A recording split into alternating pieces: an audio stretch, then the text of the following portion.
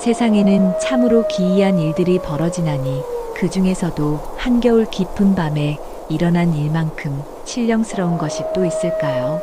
조선 중엽 한양에서 멀리 떨어진 산골 마을에서 벌어진 이야기를 들어보시지요. 그의 겨울은 유난히도 혹독하였습니다. 바람은 뼛속까지 스며들어 사람들의 혼을 빼놓을 듯 매섭고 눈은 하늘이 무너지는 양 내려 쌓였나니다. 그런 밤중에 한 초라한 집에서는 한 여인이 해산의 고통을 겪고 있었지요. 산모는 머슴의 계집으로 남편도 없이 혼자 아이를 낳아야 하는 신세였습니다. 마을 사람들은 그를 순이라 불렀는데 본디 얼굴은 수려하였으나 천한 신분 탓에 제 복을 누리지 못하는 처지였지요. 곁에서 산파 역할을 하는 것은 마을의 늙은 할미, 청실 할미였습니다. 평생 마을의 아이들을 받아온 숙련된 손을 가진 노파였지요. 순이의 목소리에는 두려움이 가득했습니다.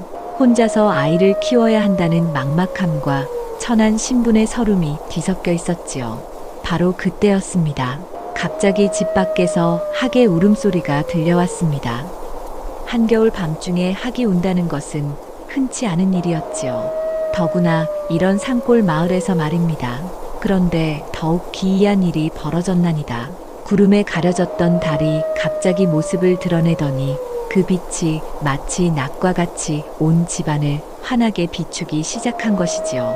청실 할미의 눈이 휘둥그레졌습니다. 수십 년을 살면서 이런 광경은 처음이었거든요. 달빛이 창문 사이로 쏟아져 들어오는 모습이 마치 신령이 강림하는 듯 하였나니다. 바로 그 순간 순이가 마지막 힘을 다해 아이를 낳았습니다. 세상에 나온 아이는 여자아이였는데 신기하게도 울음소리 하나 내지 않고 조용히 눈을 깜빡거리고 있었지요. 청실 할미가 아이를 받아들고는 깜짝 놀랐습니다. 갓난아기치고는 너무나 맑고 영특한 눈을 하고 있었거든요. 마치 모든 것을 다 이해하고 있는 듯한 그런 눈빛이었나니다. 이 아이, 보통 아이가 아니구나. 청실 할미의 말에 순이도 가까스로 몸을 일으켜 제 딸을 바라보았습니다. 달빛이 아이의 얼굴을 비추자 그 모습이 마치 달 속의 선녀 같았지요. 달이 이리도 환하게 비추고 학이 울며 축복하니 심얼이라 하면 어떨까? 청실 할미가 제안한 이름에 순이가 딸의 이름을 되뇌며 눈물을 흘렸습니다. 비록 천한 신분이지만 이렇게 신령스러운 징조와 함께 태어난 딸이니 분명 남다른 운명을 타고났으리라는 생각이 들었지요. 그때 집 밖에서 또다시 학의 울음소리가 들려왔습니다. 이번에는 더욱 청아하고 아름다운 소리였지요. 마치 새로 태어난 아이를 축복하는 듯 했나니다. 저 학소리를 들어보거라. 분명 길조의 표시다. 하지만 그 말을 들은 순이의 얼굴에는 걱정이 스쳤지요. 천한 신분의 몸으로 큰 복을 누린다는 것이 과연 가능한 일일까 싶었거든요. 다음 날 아침이 되자 마을 사람들이 하나둘씩 소문을 듣고 찾아왔습니다. 어젯밤에 기이한 현상을 목격한 이들이 많았기 때문이지요.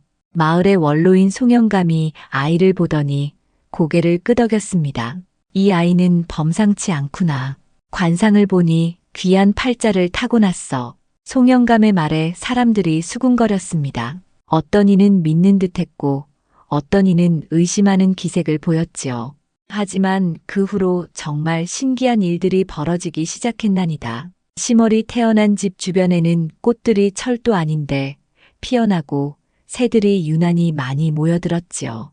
또한 마을에 흉년이 들었는데도 유독 그 집 근처의 밤마는 곡식이 잘 자랐나니다. 사람들의 입에서 입으로 심얼에 대한 소문이 퍼져나갔습니다. 하지만 동시에 시세 많은 이들도 생겨나기 시작했지요. 특히 같은 천한 신분의 사람들 사이에서는 질투와 원망의 목소리가 나오기도 했나니다. 하지만 심얼은 그런 시선들과는 상관없이 순이의 품에서 평안하게 자라났습니다. 신기하게도 밤마다 달빛이 그 아이를 비추었고 가끔씩은 학소리가 들려와 아이를 재우곤 했지요. 세월이 흘러 심얼이 5살이 되었을 때 마을에 큰 변화가 일어났나니다. 바로 윤만호라는 부잣집 주인이 심얼을 데려가겠다고 나선 것이지요. 그 아이를 우리 집 일꾼으로 드리겠소. 윤만호의 말에 순이는 망설였지만 가난한 계집종의 몸으로는 거부할 힘이 없었거든요. 결국 순이는 울며 겨자 먹기로 딸을 보내야 했습니다. 심어라. 엄마를 잊지 말거라. 어린 심월의 눈에서 눈물이 흘러내렸습니다. 하지만 그 눈빛만은 여전히 맑고 꿋꿋했지요. 마치 모든 시련을 감내할 각오가 되어 있는 듯 했나니다. 이렇게 해서 복덩이로 태어난 심월의 파란만장한 운명이 시작되었나니다. 과연 이 아이가 가져올 복과 그로 인해 벌어질 일들은 어떠할까요? 세상사가 참으로 기묘한 것이 복덩이 심월이 윤만호의 집에 들어간 그날부터 이상한 일들이 줄줄이 벌어지기 시작했나니다. 윤만호는 본래 그저 그런 중간 상인에 불과했습니다. 곡식을 사들여 이웃 고을에 파는 일을 하며 근근히 살아가는 처지였지요. 그런데 심월이 집에 들어온 뒤부터는 모든 장사가 대박이 나기 시작했나니다. 첫 번째 기적은 보리 장사에서 일어났습니다. 흉년이 들어 곡식값이 오를 것이라 여겨 보리를 잔뜩 사들인 윤만호였는데 정작 풍년이 들어 다른 상인들은 모두 쪽박을 찼지요. 그런데 이상하게도 이웃 고을에서는 메뚜기 떼가 몰려와 곡식을 모두 망쳐버렸고 윤만호의 보리가 금값이나 다름없이 팔려나갔나니다. 이상하군. 어찌 나만 이런 운이 따르는 게냐? 윤만호는 고개를 갸웃거렸지만 돈이 들어오는 일이니 나쁠 것은 없었지요. 두 번째 기적은 토지 매매에서 벌어졌습니다. 마을 서쪽 황무지를 헐값에 사들인 윤만호였는데 누가 알았겠습니까? 그곳에서 맑은 샘물이 솟아나리라는 것을 말이지요. 그 샘물은 아무리 가물어도 마르지 않았고 주변 땅은 옥토로 변해버렸나니다. 마을 사람들이 혀를 차며 감탄했지만 정작 윤만호는 자신이 왜 이런 행운을 누리는지 까닭을 알지 못했습니다. 그저 자신의 안목이 뛰어나서 그런 줄로만 여겼지요. 한편 심월은 윤만호의 집에서 온갖 굳은 일을 도맡아 하며 지냈습니다. 아침 일찍 일어나 마당 쓸고 물 깃고 밥 짓고 빨래하고 저녁 늦게까지 쉴 틈이 없었지요. 겨우 5살인 아이가 감당하기에는 너무나 힘든 일들이었습니다. 윤만호의 마누라인 김씨는 성격이 모질기로 유명했습니다. 본래 양반집 출신이라며 늘 우쭐대며 특히 천한 신분인 심월을 못살게 굴었지요. 이 계집애야, 밥이 서럽잖느냐. 내가 쌀을 제대로 씻었느냐. 김씨의 성화에 심월은 고개를 숙이고 눈물을 참아가며 견뎠습니다. 하지만 신기한 일은 심월이 손을 댄 음식은 언제나 맛이 좋았고 심월이 기른 채소는 남들보다 훨씬 잘 자랐다는 것이었지요. 그 무렵부터 윤만호의 장사는 날로 번창해 갔습니다. 어떤 물건을 사들여도 반드시 이익을 남겼고 어떤 땅을 사도 값이 올랐나니다. 심지어 길을 가다가 우연히 주운 돌멩이마저도 알고 보니 귀한 옥돌이였을 정도였지요. 아이고, 내가 언제부터 이렇게 복이 터진 거냐. 윤만호는 기뻐하며 더욱 큰 욕심을 부리기 시작했습니다. 마을의 논밭을 하나둘씩 사들이고 점포도 여러 개 차리며 심지어는 고리대 금업까지 손을 댔지요. 하지만 부자가 될수록 윤만호의 성격은 더욱 나빠져 갔습니다. 돈이 많아지니 교만해지고 마을 사람들을 깔보기 시작했지요. 특히 자신에게 복을 가져다주는 심월에게조차 고마워할 줄 모르고 더욱 혹독하게 부렸나니다. 이년아, 왜 이렇게 느려 터졌느냐. 심월은 하루도 맘 편할 날이 없었습니다. 새벽부터 밤늦도록 온갖 일을 도맡아 하면서도 제대로 된 밥 한 끼 먹지 못할 때가 많았지요. 그래도 아이는 불평 한마디 하지 않고 묵묵히 견뎠습니다. 마을 사람들은 점점 이상하게 여기기 시작했습니다. 윤만호가 부자가 되기 시작한 시기와 심월이 그 집에 들어간 시기가 정확히 일치한다는 것을 눈치챈 것이지요. 그 복덩이 아이를 데려간 이후 아니었나? 그럼 정말 그 아이 때문에. 하지만 사람들은 겉으로 드러내놓고 말하지는 못했습니다. 이제 윤만호가 마을에서 가장 부자가 되어 함부로 건드릴 수 없는 존재가 되었기 때문이지요. 윤만호는 부를 누릴수록 더욱 탐욕스러워졌습니다. 가난한 농민들에게 높은 이자로 돈을 빌려주고 갚지 못하면 땅을 빼앗아 버렸지요. 세금을 대신 내준다며 관아와도 결탁하여 온갖 부정을 저질렀나니다. 돈이면 안 되는 게 없다. 하하. 윤만호의 웃음소리는 날이 갈수록 더욱 거만해져 갔습니다. 하지만 정작 자신이 이 모든 부를 누리게 된 진짜 이유는 전혀 깨닫지 못하고 있었지요. 한편 심얼은 나날이 여위어 갔습니다. 어린 나이에 감당하기 어려운 고된 일들과 제대로 된 음식을 먹지 못하는 탓이었지요. 그래도 아이의 눈빛만은 여전히 맑고 깨끗했습니다. 어느 날 밤 심얼이 마당에서 빨래를 하고 있는데 하늘에서 학 한 마리가 날아와 울음소리를 냈습니다. 마치 심얼을 위로하는 듯한 애잔한 울음이었지요. 심얼은 고개를 들어 하늘을 바라보며 작게 중얼거렸습니다. 하가, 나도 언젠가는 이 고생에서 벗어날 수 있을까? 그때 달빛이 구름 사이로 스며들어 심얼의 얼굴을 비쳤습니다. 그 순간 아이의 얼굴에는 범상치 않은 기품이 서렸지요. 비록 남루한 옷을 입고 있었지만 그 안에서 빛나는 것은 천한 신분의 것이 아니었나니다. 이렇듯 윤만호는 심얼 덕분에 큰 부자가 되었지만 정작 그 사실을 모른 채 오히려 심얼을 더욱 혹독하게 부렸습니다. 과연 이런 상황이 언제까지 계속될 수 있을까요? 세월이 흘러 심얼이 10살이 되었을 무렵 마을에는 또 다른 운명의 주인공이 살고 있었나니다. 바로 김도현이라는 젊은 도련님이었지요. 김도현의 집안은 본래 명문가였습니다. 할아버지 때부터 과거에 급제하여 벼슬을 하던 집안이었는데 도현의 아버지인 김진사가 권세가의 부정을 탄핵하다가 화를 입게 되었지요. 그 일로 벼슬에서 쫓겨나고 집안의 전담마저 몰수당하는 신세가 되었나니다. 아버지가 옳은 일을 하시다가 이런 일을 당하셨구나.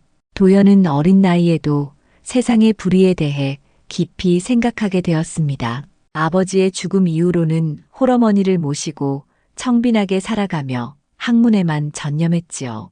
김도현은 20살의 나이였지만 벌써 마을에서 학식과 인품으로 소문이 자자했습니다. 비록 가세가 기울었지만 선비의 기계만은 꺾이지 않았고 항상 정의로운 일에 앞장섰지요. 특히 윤만호의 횡포에 맞서는 유일한 인물이었나니다.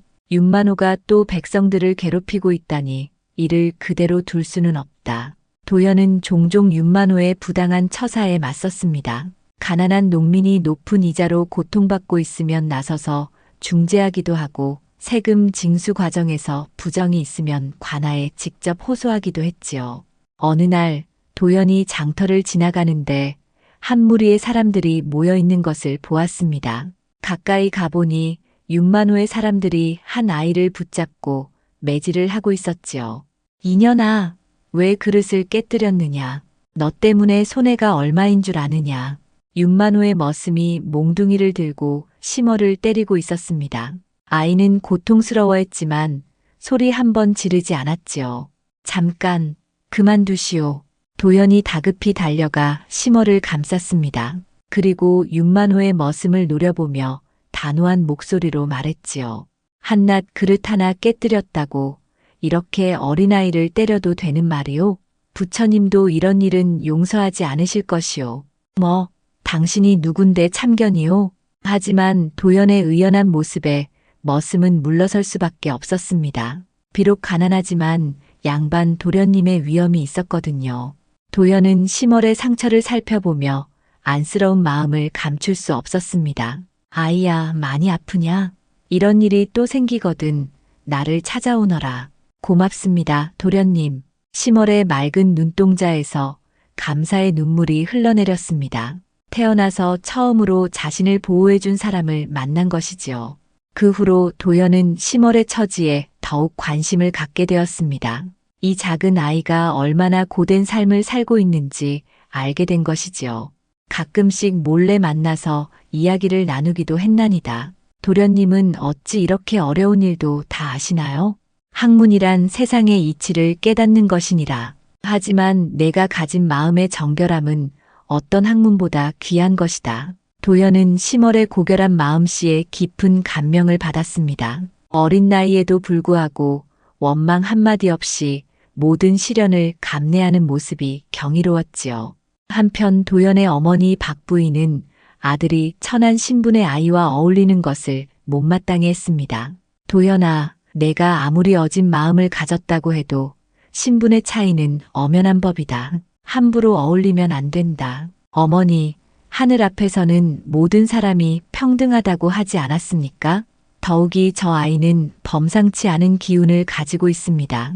도연의 말에 박부인은 한숨을 쉬었지만 아들의 고집을 꺾을 수는 없었지요. 어느 날 저녁 도연이 집으로 돌아가는 길에 윤만호를 만났습니다. 요즘 들어 도연의 행동이 못마땅했던 윤만호는 기회를 엿보고 있었던 것이지요. 김도현, 자네가 요즘 내 집 일꾼에게 이상한 말을 하고 다닌다던데. 이상한 말이라니요? 단지 사람으로서 마땅히 해야 할 일을 했을 뿐입니다. 몰락한 양반 주제에 아직도 건방지군. 자네 같은 자가 있으니 마을이 시끄럽다. 윤만호의 모독적인 말에 도연의 얼굴이 일순간 차갑게 변했습니다. 윤만호, 돈이 많다고 해서 사람의 도리까지 저버려서는 안 되는 법입니다. 언젠가는 하늘이 심판할 것이요. 도연의 경고에 윤만호는 코웃음을 쳤지만 왠지 모르게 마음이 불편했지요. 그런 가운데서도 도연과 심월의 만남은 계속되었습니다. 도연은 심월에게 글을 가르쳐 주기도 하고 세상 이야기를 들려주기도 했지요. 심월은 놀라운 총명함으로 모든 것을 빨리 익혔나니다. 심월아, 내가 이렇게 영특할 줄 몰랐구나. 분명 큰 그릇이 될 것이다.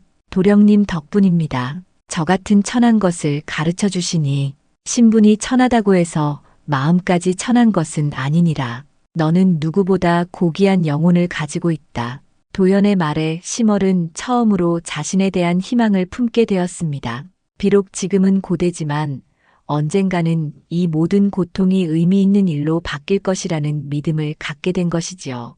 이렇듯 몰락한 양반가의 도령 김도현과 복덩이 심월의 인연이 시작되었나니다. 하나는 정의로운 마음으로, 다른 하나는 순결한 영혼으로 서로를 이끌어가며 더 큰 운명을 향해 나아가고 있었지요.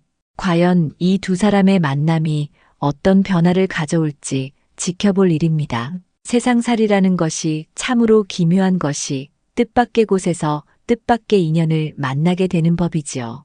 다음의 봄날 그런 신기한 일이 벌어졌나니다. 그날 심월은 윤만호의 심부름으로 읍내 시장에 나가 있었습니다. 비단 옷감을 사오라는 김씨 마님의 분부였는데 장사꾼과 값을 흥정하다가 해가 서쪽으로 기울어 버렸지요. 아이고, 이를 어쩌나. 늦으면 또 매질감이구나. 심월이 급한 마음에 지름길로 가려다가 길을 잘못 들어 기방 골목에 들어서게 되었나니다. 화려한 등불이 켜지고 검은고 소리가 은은하게 들려오는 그곳은 심월 같은 천한 계집애가 얼씬거릴 곳이 아니었지요. 어머, 이 아이가 어찌 이런 곳에 혼자 왔을까? 기방 문간에서 나온 한 기생이 심월을 발견하고 다가왔습니다. 20살 남짓으로 보이는 그 기생은 매양이라 불리는 이였는데 읍내에서 제일 가는 명기로 소문이 자자했지요. 매양은 심월의 얼굴을 자세히 들여다보더니 깜짝 놀란 표정을 지었습니다. 기생으로 살며 숱한 사람들을 보아왔지만 이런 기이한 기운을 가진 아이는 처음이었거든요. 아이야, 내 이름이 뭐냐? 저는 심월이라고 합니다, 낭자님. 심월이라. 참 좋은 이름이구나. 그런데 너는 보통 아이가 아니야. 매양은 심월의 손을 잡고 기방 안으로 들어갔습니다. 다른 기생들도 하나둘 나와서 심월을 구경했지요.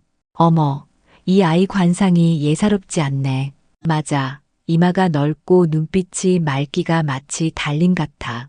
매양은 심월을 자신의 방으로 데리고 가서 차를 대접했습니다.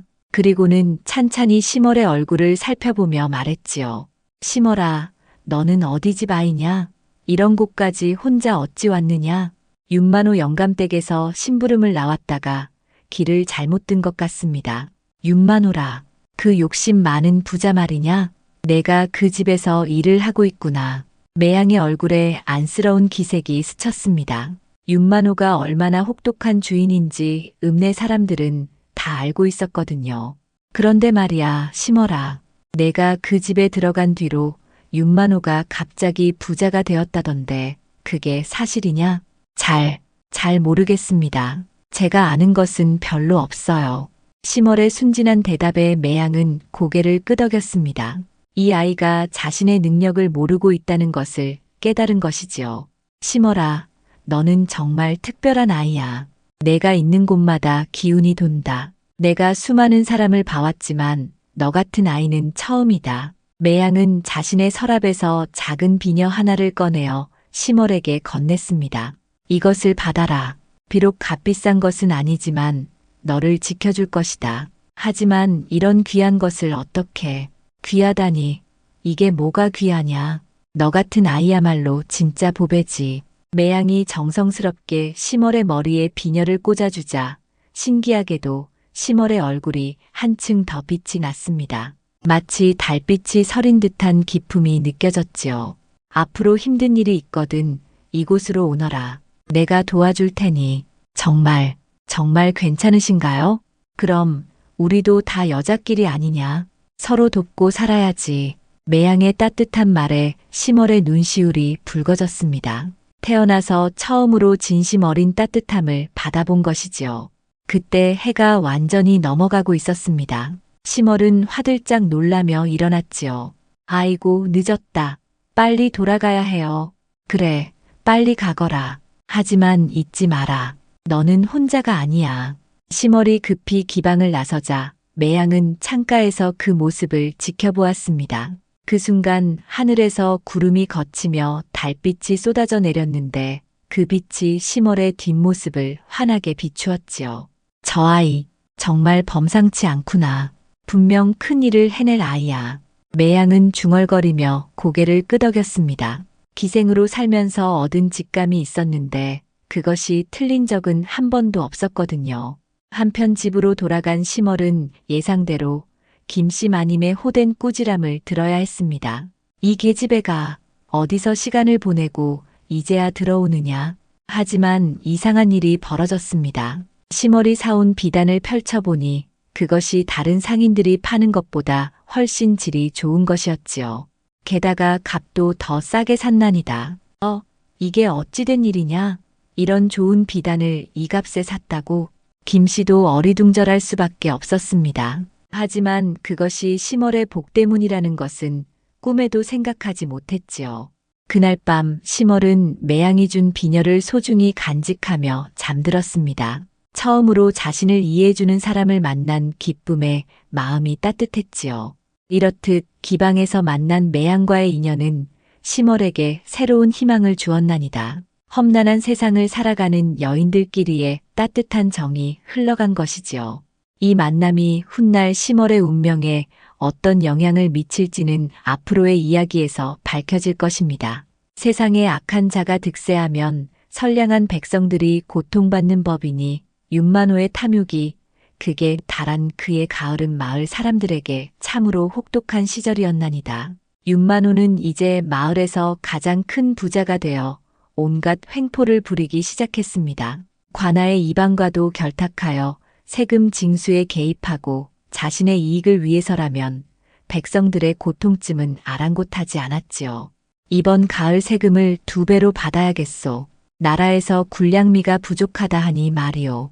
윤만호가 이방에게 속삭이자 이방은 비실비실 웃으며 고개를 끄덕였습니다. 두 사람의 더러운 결탁으로 마을 백성들은 터무니없는 세금을 내야 하는 처지가 되었지요. 아이고, 이를 어찌 하란 말이냐. 작년에도 흉년이었는데 어디서 이런 돈을 구하란 말인가. 농민들의 아우성이 마을에 가득했지만 윤만호는 오히려 더욱 독한 방법을 썼습니다. 세금을 못 내는 농민들에게 높은 이자로 돈을 빌려주고 그것을 빌미로 땅을 차지해버리는 것이었지요. 돈을 못 갚겠다고? 그럼 땅으로 대신하시오. 어차피 이 땅도 원래 값어치보다 비싸게 쳐준 것 아니오? 윤만호의 교활한 술수에 넘어간 농민들은 하나둘씩 전답을 잃어갔습니다. 대대로 물려받은 조상의 땅을 빼앗기고 소작농으로 전락하는 이들이 늘어났지요. 심월은 이런 참혹한 광경들을 눈물로 지켜봐야 했습니다. 윤만호를 따라다니며 온갖 심부름을 하다 보니 그의 악행을 가장 가까이서 목격하게 되었거든요. 어느 날 마을의 늙은 농부 최영감이 윤만호의 집 앞에서 무릎을 꿇고 애원하고 있었습니다. 윤영감, 제발 사흘만 더 기다려 주시오. 며느리가 아이를 낳느라 병이 들어 약값이 많이 들었으니 약값이 내 알바가 아니지 않소? 약속한 날짜에 돈을 못 갚으면 땅을 내놓는 게 당연한 이치요. 그럼 이 늙은이는 어떻게 살란 말이오? 그 땅이 없으면 굶어 죽을 수밖에. 최영감의 애절한 호소에도 윤만호는 코웃음만 쳤습니다. 오히려 심월에게 소리를 쳤지요.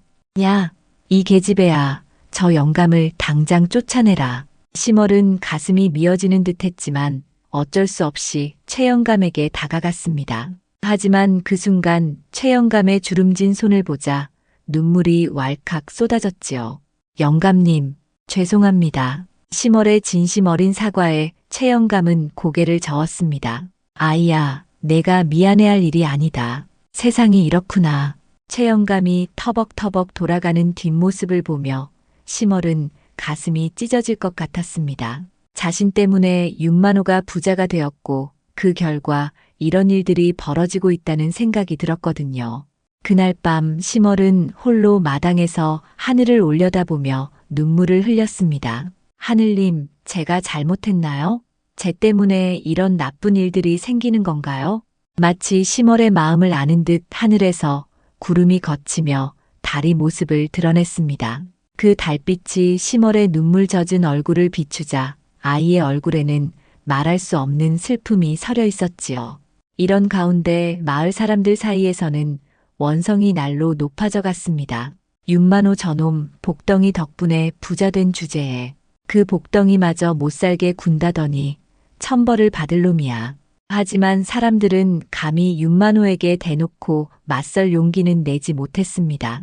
이제 그는 관아와도 연결된 권력자가 되었거든요. 그러던 어느 날 농부 하나가 굶주린 아이들을 위해 윤만호의 곳간에서 쌀을 훔치다 붙잡히는 일이 벌어졌습니다. 도둑놈을 잡았다. 잡았어. 윤만호는 그 농부를 관아에 고발하겠다며 위협했지만 농부는 무릎을 꿇고 애원했지요. 영감님, 제발 용서해 주시오. 아이들이 사흘째 굶고 있어서 그만. 도둑질한 놈이 무슨 변명이야. 당장 관아에 끌고 가서 곤장 맞게 해야겠어. 그때 심월이 조용히 나섰습니다. 더 이상 이런 참상을 보고만 있을 수 없었거든요. 영감님, 그냥 넘어가시면 안 될까요? 저 사람도 너무 불쌍해요. 이 계집애가 감히 나서서. 윤만호가 화를 내려는 순간 신기한 일이 벌어졌습니다. 갑자기 하늘에서 천둥 소리가 울리며 비바람이 몰아치기 시작한 것이지요. 마치 하늘이 윤만호의 악행에 분노하는 듯 했나니다. 이게 무슨 일이냐? 윤만호는 당황하며 집 안으로 황급히 들어갔고 그 틈에 농부는 간신히 도망칠 수 있었습니다. 심월은 비를 맞으며 서 있다가 문득 깨달았습니다. 하늘도 이런 부정한 일을 보고만 있지는 않으리라는 것을 말이지요. 분명 언젠가는 모든 것이 바로잡힐 거야. 심월의 작은 중얼거림이 빗소리에 섞여 사라져갔지만 그 마음속에는 새로운 희망의 씨앗이 싹트고 있었나니다. 이렇듯 윤만호의 폭정은 날로 심해져갔지만 그것을 지켜보는 하늘의 눈은 결코 감겨지지 않고 있었습니다. 과연 이런 부정한 일들이 언제까지 계속될 수 있을까요?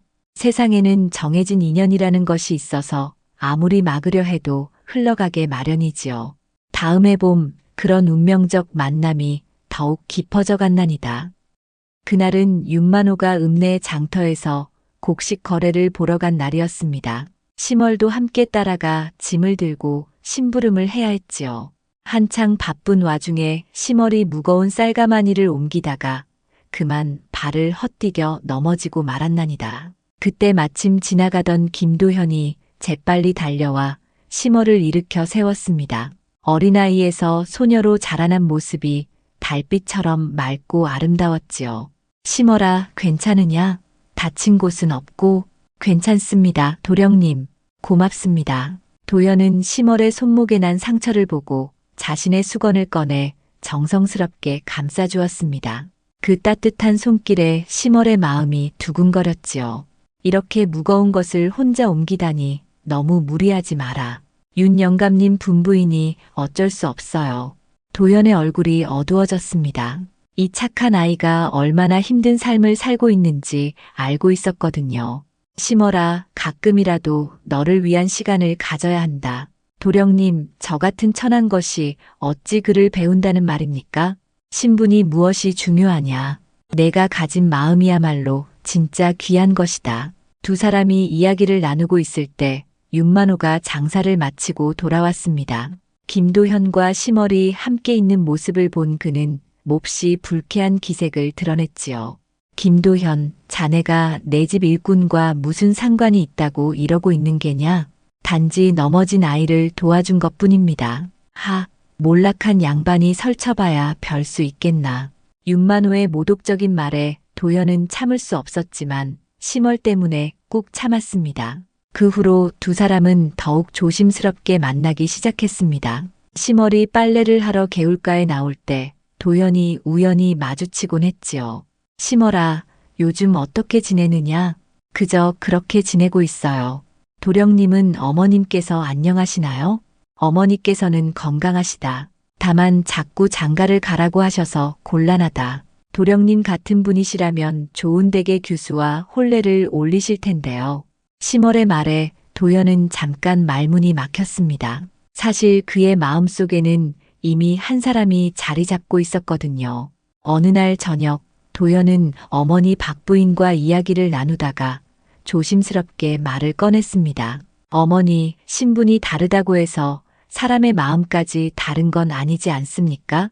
도연아, 너 혹시 그 시멀이라는 아이와 박부인의 날카로운 눈빛에 도연은 고개를 숙였습니다. 어머니, 저는 그 아이의 순결한 마음에 감동받았습니다. 안 된다. 절대 안 돼. 우리 집안이 아무리 기울었다고 해도 계집종과 혼인할 수는 없다. 박부인의 격렬한 반대에 도연은 더 이상 말하지 못했습니다. 하지만 그의 마음은 이미 정해져 있었지요. 한편 시멀도 자신의 마음 변화를 느끼고 있었습니다. 도연을 만날 때마다 가슴이 두근거리고 그가 없을 때는 왠지 허전했거든요. 어느 달밤 시멀이 홀로 마당에서 밤하늘을 올려다보고 있을 때였습니다. 담장 너머로 도연의 목소리가 들려왔지요. 시멀아, 나야. 잠깐 나올 수 있겠느냐? 시멀은 조심스럽게 대문 밖으로 나갔습니다. 달빛 아래 서 있는 도연의 모습이 한 폭의 그림 같았지요. 도령님, 이런 시간에 어찌. 시멀아, 내가 하고 싶은 말이 있다. 비록 우리 신분이 다르고 세상이 우리를 막으려 하지만 내 마음만은 진실하다. 도연의 진심 어린 고백에 시멀의 눈에서 눈물이 흘러내렸습니다. 도령님, 저도 마음은 같습니다. 하지만 어떻게 해야 할지 걱정하지 마라. 하늘이 맺어준 인연이라면 반드시 길이 있을 것이다. 두 사람은 달빛 아래에서 서로의 마음을 확인했습니다. 비록 앞날이 험난하리라는 것을 알고 있었지만 진실한 사랑 앞에서는 모든 것이 두렵지 않았지요. 이렇듯 도현과 시멀의 사랑은 깊어져 갔지만 그들을 둘러싼 현실의 벽은 여전히 높았나니다. 하늘의 이치란 참으로 묘한 것이라 악행이 쌓이면 반드시 그 대가가 따르는 법이지요. 윤만호의 탐욕이 절정에 달한 그의 가을, 기이한 징조들이 하나둘씩 나타나기 시작했나니다. 첫 번째 변화는 윤만호의 집에서 일어났습니다. 늘 풍족했던 곳간에서 갑자기 쌀독이 빌 정도로 곡식이 줄어들기 시작했지요. 아무리 채워 넣어도 며칠 지나면 반 이하로 떨어져 있었나니다. 이상하다. 분명 어제 가득 채워 넣었는데. 윤만호는 의아해하며 시멀을 의심했습니다. 이년아, 내가 곡식을 훔쳐간 게 아니냐? 아닙니다, 영감님. 저는 그런 짓 하지 않았습니다. 그럼 이 곡식들이 제 발로 나간단 말이냐? 시멀은 억울했지만 변명할 수도 없었습니다. 하지만 마을의 원로인 최노인은 다르게 생각했지요. 윤만호, 그것은 하늘의 경고일게야. 내가 지금까지 어떻게 살아왔는지 돌아보거라. 무슨 헛소리를 하시는 거요? 내가 뭘 잘못했다고. 최노인은 고개를 저으며 말했습니다. 복덩이 덕분에 부자가 되어놓고도 그 은혜를 모르니 복이 떠나가는 것이다. 두 번째 징조는 더욱 기묘했습니다. 윤만호가 새로 지은 창고에서 밤마다 이상한 소리가 들려오기 시작한 것이지요. 쿵쿵거리는 소리와 함께 차가운 바람이 불어나왔나니다. 도대체 뭔 소리가 이렇게 나는 거냐? 윤만호가 창고 문을 열어보면 아무것도 없었지만 문을 닫으면 다시 소리가 들렸지요. 심지어 낮에도 그 창고 주변만은 유독 서늘했나니다. 마을 사람들은 수군거렸습니다. 저것 봐라. 윤만호 집에 귀신이 들었나 보다. 당연하지. 그렇게 많은 사람을 괴롭혔으니. 세 번째 변화는 윤만호의 장사에서 나타났습니다. 지금까지 하는 일마다 대박이 났던 그였는데 갑자기 모든 거래가 손해로 돌아가기 시작했지요. 비싼 값에 산 곡식이 갑자기 폭락하고 좋다고 여겨 산 땅에서는 물이 마르거나 돌이 나왔나니다. 이게 어찌된 일이냐? 분명 좋은 땅이라고 했는데. 윤만호는 당황했지만 그 이유를 알 수 없었습니다. 하지만 마을 사람들은 그 까닭을 잘 알고 있었지요. 심월이 점점 여위어가고 있었던 것입니다. 윤만호의 구박이 심해질수록 그리고 도현과의 사랑 때문에 마음고생을 할수록 심월의 몸은 약해져 갔지요. 그와 함께 윤만호에게 가져다 주던 복도 서서히 사라져가고 있었나니다. 심월이가 아프니까 윤만호의 운도 기울어가는 거야. 그래, 저 아이가 복의 근원이었는데. 한편 관아에서도 윤만호에 대한 불만의 목소리가 높아졌습니다. 그동안 뇌물을 받고 눈 감아주던 이방도 백성들의 원성이 너무 높아지자 부담을 느끼기 시작했지요. 윤만호, 자네 때문에 민원이 너무 많이 들어온다네. 조금 자제하는 게 어떻겠나? 이방님, 그동안 우리 사이가 어땠는데 이제 와서 그러시오? 하지만 상부에서 눈치를 채면 우리 둘 다 곤란해진다고. 이방의 말에 윤만호는 불안해했지만 여전히 자신의 잘못을 깨닫지는 못했습니다. 오히려 모든 것을 남 탓으로 돌렸지요.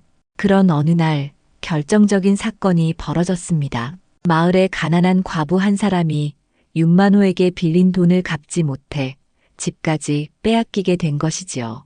영감님, 제발 한 달만 더 기다려주세요.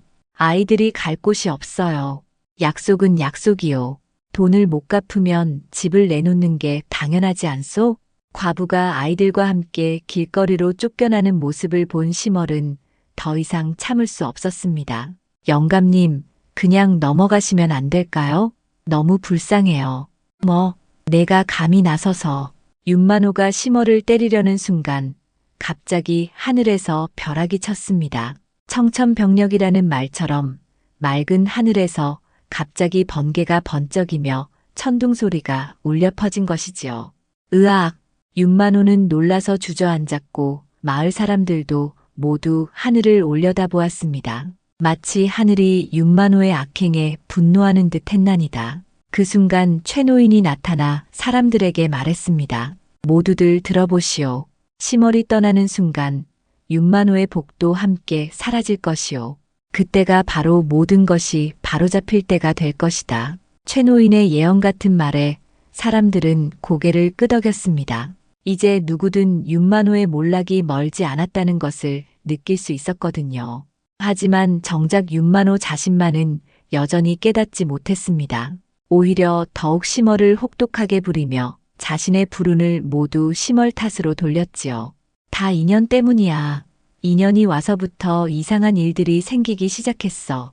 하지만 그것은 정반대였습니다. 심월이 온 후 복이 시작되었듯이 심월이 괴로워할수록 그 복이 떠나가고 있었던 것이지요.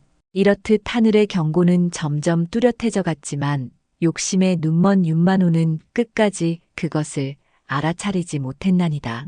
과연 그의 몰락은 어떤 모습으로 찾아올 것인지 그 답은 곧 밝혀질 것입니다. 세상의 모든 일에는 때가 있다 했거늘 윤만호의 악행이 마침내 그 대가를 치를 때가 도래했나니다. 그의 겨울, 하늘의 뜻이 마침내 땅 위에 실현되는 날이 찾아왔지요. 어느 추운 아침 관아의 포졸들이 윤만호의 집을 에워쌌습니다. 며칠 전 한양에서 내려온 감찰관이 윤만호와 이방의 결탁을 모두 밝혀낸 것이지요. 윤만호, 나와라. 관아의 명으로 너를 체포한다.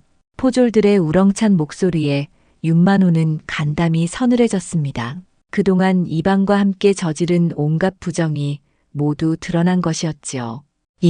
이게 무슨 일이오? 내가 뭘 잘못했다고. 세금을 횡령하고 백성들을 수탈한 죄로 잡아가는 것이다. 어서 따라와라.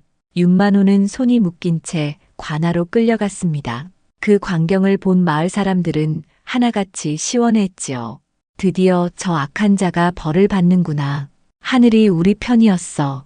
관아에서의 취조가 시작되자 윤만호의 모든 악행이 낱낱이 드러났습니다. 백성들의 증언이 쏟아져 나왔고 장부를 조작한 증거도 발견되었나니다. 윤만호, 내가 저지른 죄가 이리도 많구나. 유배를 보내도 모자랄 지경이다. 감찰관의 준엄한 목소리에 윤만호는 떨면서 애원했습니다. 대감님, 저에게 한 번만 기회를 주십시오. 모든 재산을 바치겠습니다. 늦었다. 이미 백성들의 원성이 하늘에 닿았거늘 어찌 용서할 수 있겠느냐. 결국 윤만호는 멀리 변방으로 유배를 떠나게 되었고 그의 모든 재산은 몰수되어 피해를 입은 백성들에게 되돌려졌습니다. 한때 마을 최고의 부자였던 그가 하루아침에 거지가 된 것이지요. 김씨 마님도 친정으로 쫓겨나며 울부짖었습니다. 이런 일이 어떻게 생긴단 말이야. 우리가 뭘 잘못했다고. 하지만 아무도 그들을 동정하지 않았습니다. 그들이 그동안 백성들에게 어떻게 했는지 모두가 알고 있었거든요. 이 모든 소동 중에도 심얼은 조용히 자신의 길을 준비하고 있었습니다. 이제 윤만호의 집에서 나와 새로운 삶을 시작할 수 있게 된 것이지요. 그때 김도현이 찾아왔습니다. 그는 심얼을 보자마자 무릎을 꿇고 말했습니다. 심얼아, 나와 함께 가자. 이제 아무도 우리를 막을 수 없다. 도령님, 정말 괜찮을까요? 저는 여전히 천한 신분인데 신분이 무엇이냐? 하늘이 맺어준 인연을 누가 막을 수 있겠느냐? 마을 사람들도 하나둘씩 모여들어 두 사람을 축복해 주었습니다.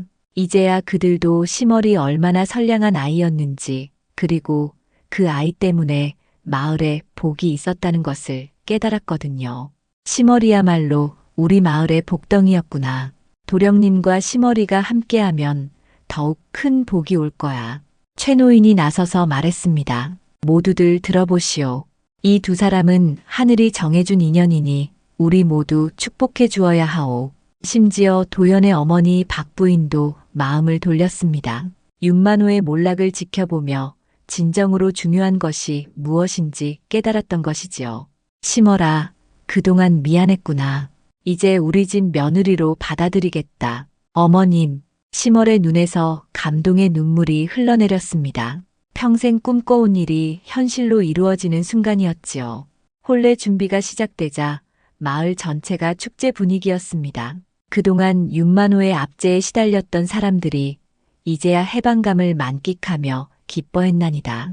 기방의 매양도 찾아와 심얼을 축하해 주었습니다. 심얼아, 내가 행복해하는 모습을 보니 내 마음도 기쁘구나.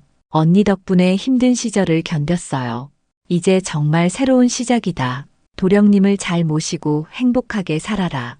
드디어 혼례 날이 되었습니다. 비록 화려하지는 않았지만 마을 사람들의 진심 어린 축복이 가득한 혼례였지요. 심얼은 고운 치마 저고리를 입고 도연의 신부가 되었나니다.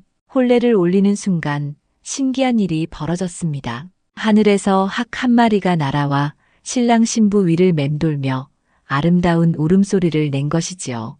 심얼이 태어났을 때와 똑같은 일이었나니다. 저것 보시오. 학이 축복하고 있어. 정말 하늘이 맺어준 인연이구나. 사람들의 탄성이 여기저기서 터져나왔습니다. 마치 하늘이 이 혼인을 축복하는 듯 했지요. 그날 밤 달빛이 유난히 밝았습니다. 신혼방에서 도현과 심얼은 서로를 바라보며 행복한 미소를 지었지요. 심얼아, 이제 정말 우리가 함께 할 수 있게 되었구나. 도령님, 아니 서방님, 꿈만 같아요. 앞으로는 평생 너를 지켜주겠다. 다시는 누구도 너를 괴롭히지 못하게 할 것이다. 두 사람의 사랑이 마침내 결실을 맺은 그날, 마을에는 오랫동안 사라졌던 평화가 다시 찾아왔나니다. 악한 자는 벌을 받고 선한 자는 복을 받는다는 하늘의 이치가 그대로 실현된 것이지요. 이렇듯 인과응보의 법칙에 따라 모든 일이 바로잡혔고 진실한 사랑이 승리를 거두었나니다. 복덩이 시멀은 마침내 자신의 복을 찾았고 마을도 다시 평안을 되찾게 되었지요.